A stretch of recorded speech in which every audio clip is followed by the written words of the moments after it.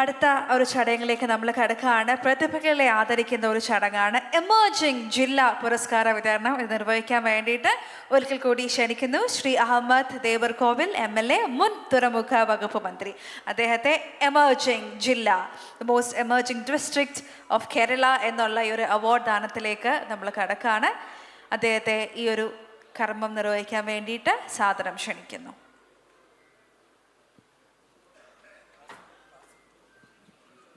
ഏത് ജില്ലയ്ക്കാണെന്നുള്ളത് 14 ജില്ലകളിലുള്ള ഈ ഒരു കേരള സംസ്ഥാനത്തിലെ ഏത് ജില്ലയ്ക്കാണ് ഒരു പുരസ്കാരമെന്ന് എല്ലാവർക്കും അറിയാവുന്ന കാര്യമാണോ? ഓക്കെ, ഒരുപാട് ഗസ്സസ് അവിടെ നിന്ന് ഇവിടെ നിന്നുമായിട്ടൊക്കെ നിങ്ങൾക്ക് കേൾക്കുന്നുണ്ട്.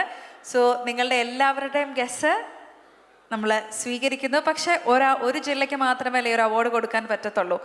സോ എല്ലാവരുടെയും സമ്മതത്തോടെ ആ ഒരു ജില്ല ഏതാണെന്ന് അനൗൺസ് ചെയ്യാമോ സർ? ഓൾറൈറ്റ്, കേരളത്തിൻ്റെ അങ്ങേ അറ്റത്ത് കിടക്കുന്ന കാസർഗോഡ് ജില്ലയ്ക്ക്